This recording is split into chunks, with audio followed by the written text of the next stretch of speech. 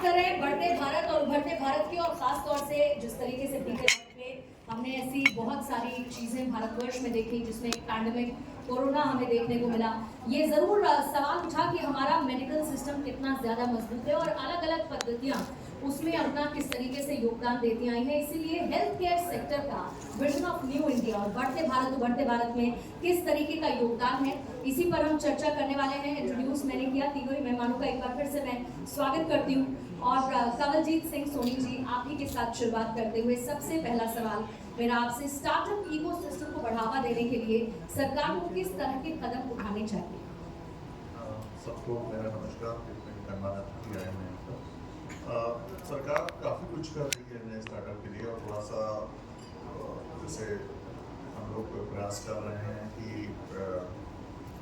Start नए नए business ला रहे हैं। तो स्टार्टअप के लिए सरकार वैसे भी काफ़ी कुछ कर रही है, और प्रयास के लिए थोड़ा सा बैंकिंग सेक्टर को थोड़ा सा सॉफ्ट करना चाहिए कि नए कुछ अगर कुछ सोच रहा है, आइडियाज हैं, उसको लोन्स के चाहिए, किसी को कोई नया विजन लेके आता है तो गवर्नमेंट को चाहिए कि थोड़ा उसको सपोर्ट करें।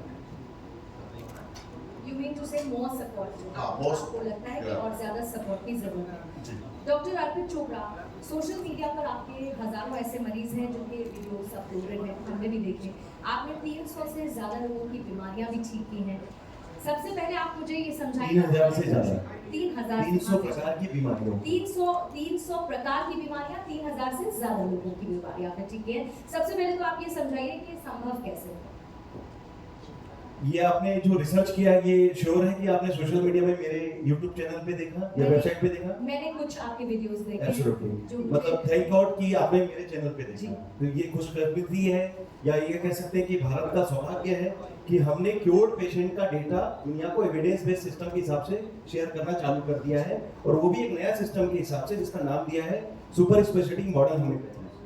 देखिए दोस्तों, होम्योपैथी बहुत ही बेसिक सिस्टम था जिसमें बहुत ही बेसिक केसेस देखे जाते थे कि स्किन है, हेयर है, बेसिक तरीके के केसेस। पर अगर हम बात करें क्रिटिकल केसेस की, जिसपे मेडिकल साइंस में काफी रिसर्च की संभावना है, और इवन ये भी होता है कि 70% केसेस ऐसे हैं जिसमें एलोपैथी में भी रिसर्च चल रहा है, लेकिन रिसर्च होने के बावजूद भी इसका कोई परमानेंट सॉल्यूशन अभी तक दुनिया को अभी तक नहीं मिला है। कई चीजें ऐसी हैं जो अभी भी हम उस पर काम कर रहे हैं। तो उसमें हमारा एक प्रयास है कि हम होम्योपैथी से एक सुपर स्पेशलाइजेशन या मॉडर्नाइजेशन करके एक नया कंसेप्ट प्रोड्यूस करें, जिसमें हम होम्योपैथी को एग्रेसिव ट्रीटमेंट के रूप में यूज करें।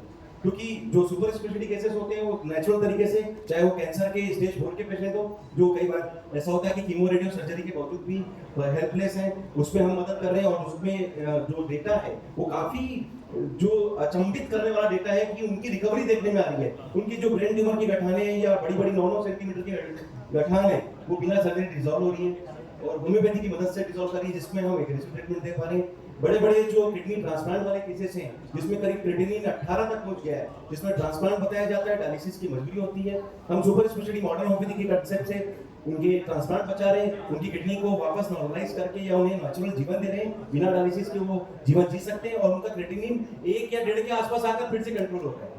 कई ऐसी सर्जिकल बीमारियां जिसमें हम कह सकते हैं गॉल ब्लैडर का स्टोन है, बच्चेदानी में गठान है, छाती में गठान है, ब्रेन में ट्यूमर है, इस तरीके की कई केसेस होते हैं जिसमें हमें न चाहते हुए भी सर्जरी का सामना करना पड़ता है और अपनी चीजों को गंवाना पड़ता है। हम सर्जरी इसलिए करते हैं कि हम किसी की जान बचा सकें, पर अगर ये जान बचाने का काम हम बिना काटे पीटे और बिना सर्जरी के सीधा सीधा दवाइयों से करते हैं, तो शायद इस दुनिया का कोई भी इंसान ऐसा नहीं होगा जो ये नहीं चाहेगा। बहुत बड़ा होप भी है जो आप देते हैं, खास तौर से उन एग्जाम्पल्स के साथ जो आपने लोगों के साथ, या मान के चलिए जो लोग नीडी हैं या जो इन बीमारियों से ग्रसित हैं, उनके साथ आपने डेटा शेयर करते हुए, तस्वीरें शेयर करते हुए आपने साझा किया है। वैसे सुरेश भदौरिया जी, शिक्षा और स्वास्थ्य के क्षेत्र में पिछले 30 साल का वक्त एक बीत चुका है जब से आप लगातार कार्यरत हैं, आपने इसके लिए काफी काम किया है, लेकिन आपने अपने टारगेट्स कैसे निर्धारित किए? लक्ष्य ये होना चाहिए, ये आपने कैसे तय किया? मन में इच्छा शक्ति होना चाहिए। सर आप प्लीज।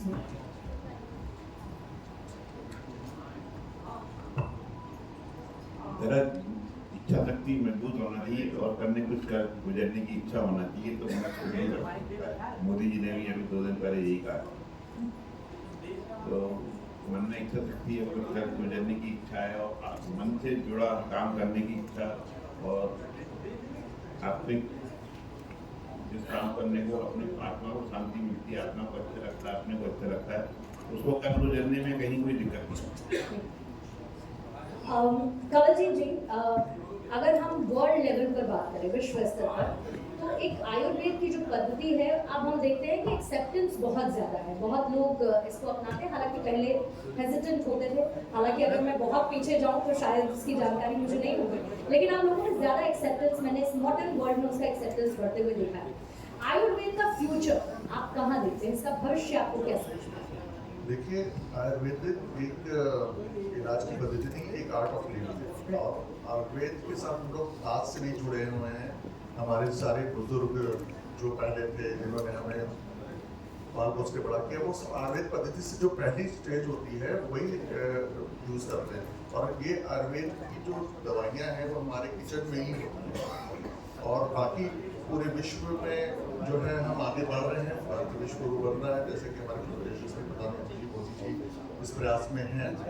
तो जो हर चीज़ आगे बढ़ रही है, हम एक चीज़ में नहीं, आयुर्वेद में भी हैं और कई सेक्टर्स में हैं, जैसे डिफेंस में है और हर चीज़ में हमारा नाम हो रहा है।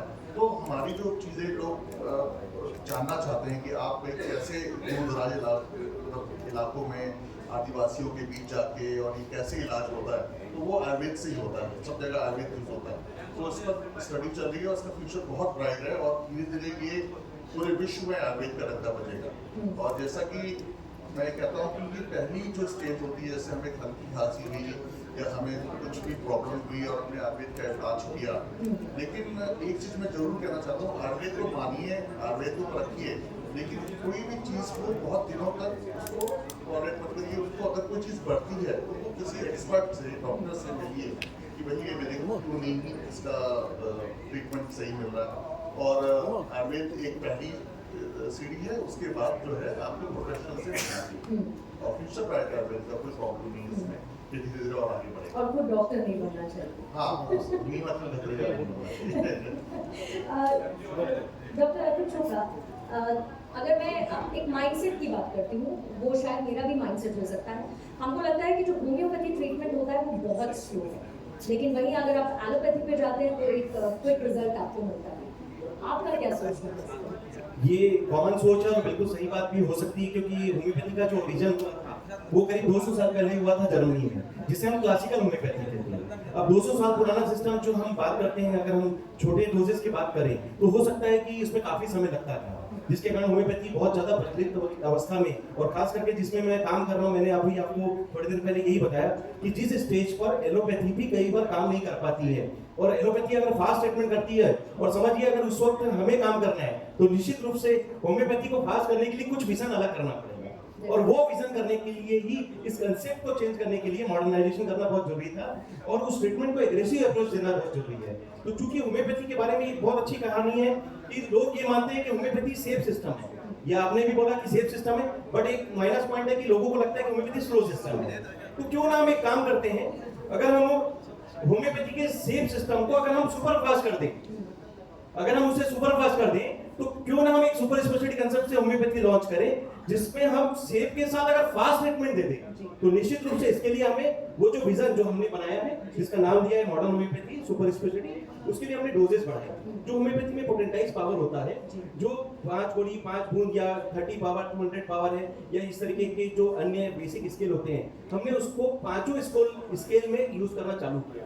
50 मिलीसीमल पावर जो होम्योपैथी में होती है, वो हमने इंट्रोड्यूस का जो फायदा लिया है, उसमें हम हाई पोटेंसी पे दवाइयां देने की कोशिश करते हैं। और अगर पेशेंट की पैथोलॉजी रिपोर्ट्स के हिसाब से अगर कोई रिपोर्ट्स, अगर हमें लगता है कि इसमें हमें 5 गोली 5 बूंद 10 बूंद 20 बूंद की थ्योरी से ऊपर जाना पड़ेगा, तो निश्चित रूप से हम 960 बूंद तक के दवाइयों का डोज यूज कर सकते हैं। मॉडर्न वर्ल्ड के हिसाब से आप उसको जैसा पेशेंट उसकी पैथोलॉजी की रिपोर्ट है, उसके हिसाब से डिसीजन हमें लेना चाहिए। और इसी बीच में मैं आप सबसे दरखास्त करना चाहूंगी कि कृपया जो बातचीत हो रही है उस पर आप लोग ध्यान दीजिए, क्योंकि महत्वपूर्ण भी है और आप लोग सुनेंगे तो इसका फायदा भी है। Thank you so much.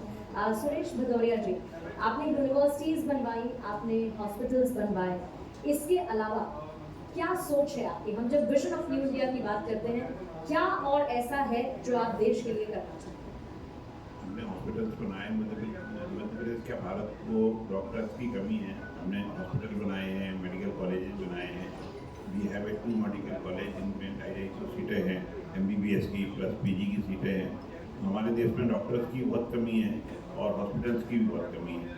तो ये अच्छा ट्रीटमेंट, गरीबों को अच्छा इलाज मिले, सभी को अच्छा इलाज मिले, डॉक्टर्स हों, गांव-गांव में डॉक्टर्स हों, ये सब को देखते हुए हमने ये सब चीज़ चालू की है और इसी की संख्या हम बढ़ाते जा रहे हैं। अभी 2 मेडिकल कॉलेज और नए प्लान में हैं, उसके साथ साथ 1200 बेड के हॉस्पिटल भी बना रहे हैं।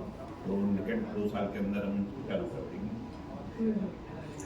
सर मैं थोड़ा सा और आपको सुनना चाहती हूँ मेरी इच्छा है कि आप और थोड़ा बताएं इसके बारे में कि क्या आपका थॉट प्रोसेस है, किस तरीके से आप आगे बढ़ रहे हैं। 30 years of experience is a huge experience that you have contributed to the देश सेवा कर रहे हैं, गरीबों की सेवा कर रहे हैं, जनता की सेवा कर रहे हैं, निःशुल्क इलाज करते हैं, आयुष्मान में इलाज करते हैं, 5 लाख तक की फ्री सेवा करते हैं। मोदी जी ने जो स्कीम चलाई है आयुष्मान भारत की, उसका लाभ सब देश की जनता को लगे, हर वर्ग के लोगों को मिले।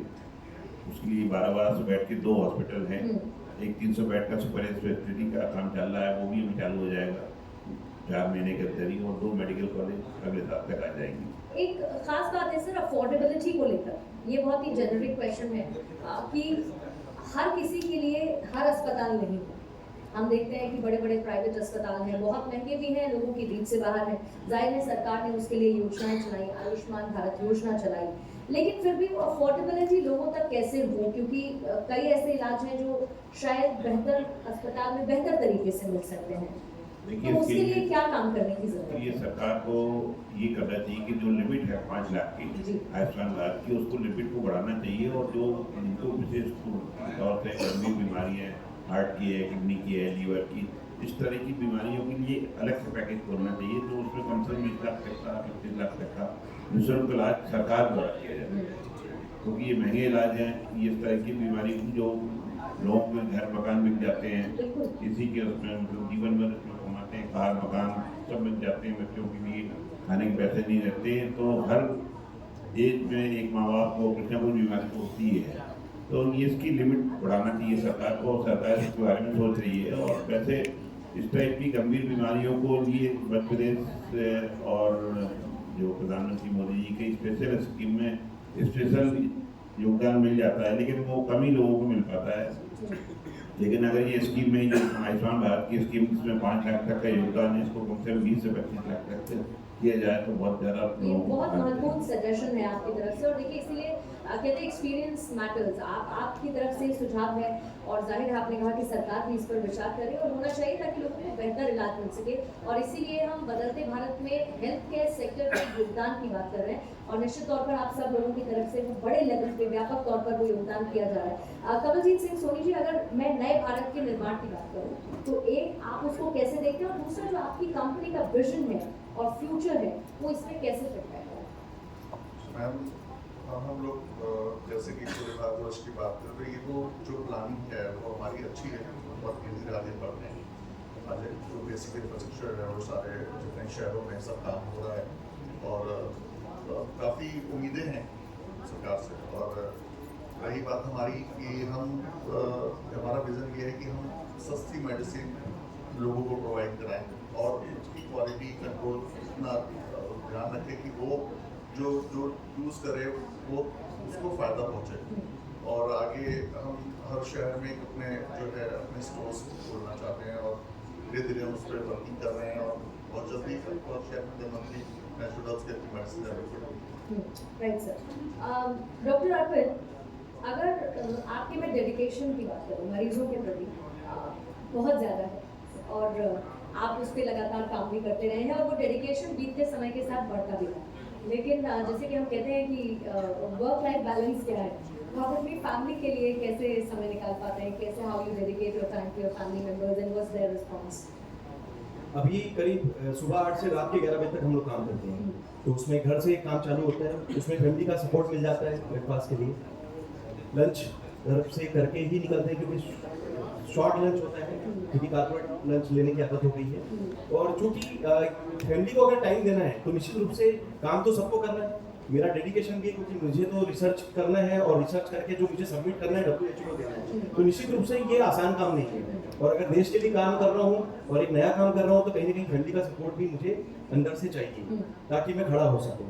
क्योंकि मेरे घर में भी ये पता है कि हम जब किसी पेशेंट को क्रिटिकल केस में हम ठीक करते हैं तो निश्चित रूप से उसका पूरा परिवार चलता है, क्योंकि जब हम पेशेंट को फिजिकली ठीक करेंगे तो मेंटली वो कॉन्फिडेंट होगा, तो सोशली वो जिस चीज़ के लिए जाना जाता है, जिस चीज़ के लिए माना जाता है, या जिस परिवार में वो अपनी जवाबदारी ले सकता है, उसके लिए वो खड़ा हो सकता है। तो फैमिली को इस बात को बहुत अच्छे से पता है कि मेरा काम वो है कि हम किसी को फिजिकल, मेंटल और सोशल वेलबींग देने जा रहे हैं, इसलिए हमने अपनी क्लिनिक का नाम भी आरोग्य सुपर स्पेशलिटी मॉडर्न होम्योपैथी रखा है। तो आरोग्य का मतलब होता है physical, mental and social wellbeing देना। तो चूंकि फैमिली मेरा पूरा कॉन्फिडेंस है और मेरी फैमिली को मुझ पर पूरा कॉन्फिडेंस है, इसलिए ये काम बहुत आसानी से हो रहा है। और जो करीब 19 देशों में जो हम अपनी सेवाएं दे पा रहे हैं, आज सुपर स्पेशलिटी मॉडर्न होम्योपैथी के माध्यम से हम इंडिया से इस कंसेप्ट का फायदा 19 देशों में दे रहे हैं, उसके लिए मेरे 10 डॉक्टर्स की टीम भी है जो मुझे सपोर्ट करती है। तो कहीं ना कहीं जब हम 6 दिन अच्छा काम करते हैं तो 7वें दिन का कुछ काम हम आधा दिन करके, कुछ काम हम अपने समय में से निकाल कर, या कुछ समय हम अपने काम में से भी निकाल कर, ऐसा भी कह सकते हैं,